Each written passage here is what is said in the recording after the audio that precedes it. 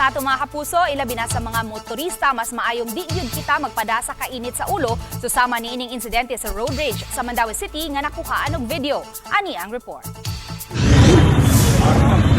Nagkainitay ug nagkasinumbagay kininduha ka mga driver sa Highway Seno sa Mandaue City. Nasaksihan sa ubang mga motorista ang sinukli ay kinumo tali sa driver sa taxi ug sa usa ka L300 van.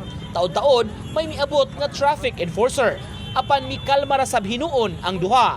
Mibalik rasab sa ilang tagsa-tagsa ka mga sakyanan pagkahuman. Matud sa labaw sa team, wala hinoy aksidente nga nahitabo ni adto ug wala rasay na unsa. Nagkainitay lang gyud ang mga driver nga misangpot sa ilang engkwentro. Murag nagkagit-gitan lang ito sila, naginilugay din ito sila space tingali din paghuman nanganaog. Then according sa account sa ato ang personnel sa ground, wala mo ito magdugay kay pag human nila kanang sumbagay. Nanglakaw ra sa tusad sila ilaha. Murag nagpahungaw ra ito sila silang gibati. Tambag sa taga-team di gyud magpadala sa init sa ulo sa kada magmaneho. Nico Sereno, GMA Regional TV Live.